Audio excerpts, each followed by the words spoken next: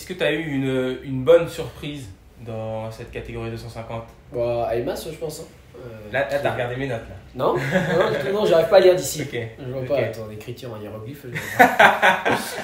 Non, Aymas, parce qu'il a fait quand même une grosse partie de la manche. Je saurais pas dire plus de la moitié quand même, non? En première manche, ouais, plus de la moitié. Moitié, il s'est fait doubler à 5 minutes et 2 tours, je crois, quelque chose comme ça, pour la victoire. Et ouais. Donc non, il avait un bon rythme, il est resté devant et il a tenu ses tours.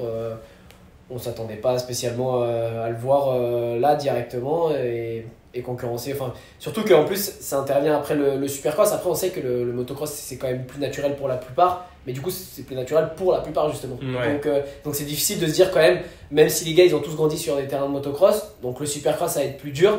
C'est dur de se dire, lui, du coup, il va être devant parce qu'ils ont tous, enfin voilà, on dit Digan, Kitchen, machin, enfin, ils ont tous grandi sur un terrain de motocross à l'origine.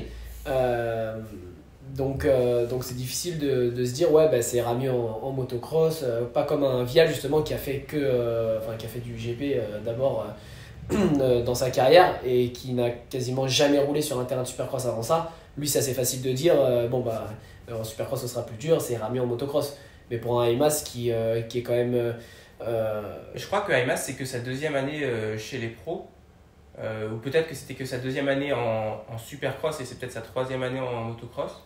Et l'année dernière, il me semble qu'il a raté pas mal de courses de supercross avec des blessures. Donc à ce stade de sa carrière, c'est peut-être aussi normal d'avoir plus cette différence, un peu comme Digan l'année dernière, où en supercross, il n'avait pas fait beaucoup de podiums non plus, même s'il a fait une saison quand même vachement solide. Ouais. Et par contre, en motocross, il a gagné des courses tout de suite et jusqu'à sa casse mécanique, il était en course pour le titre. Ouais. Ouais, pour des pilotes vraiment très jeunes, c'est peut-être plus normal aussi de voir cette différence comme pour un pilote européen qui vient, quoi.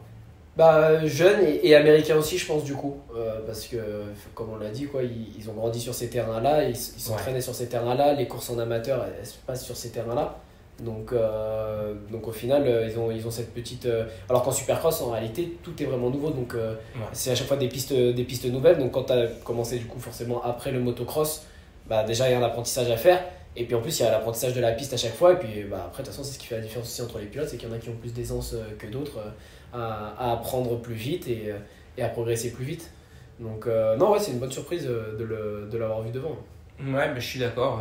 Aymas aussi, c'est la surprise que j'avais notée. D'autant plus que si on s'attendait à avoir une Honda en 250 devant, on aurait pensé à Shimoda, quoi.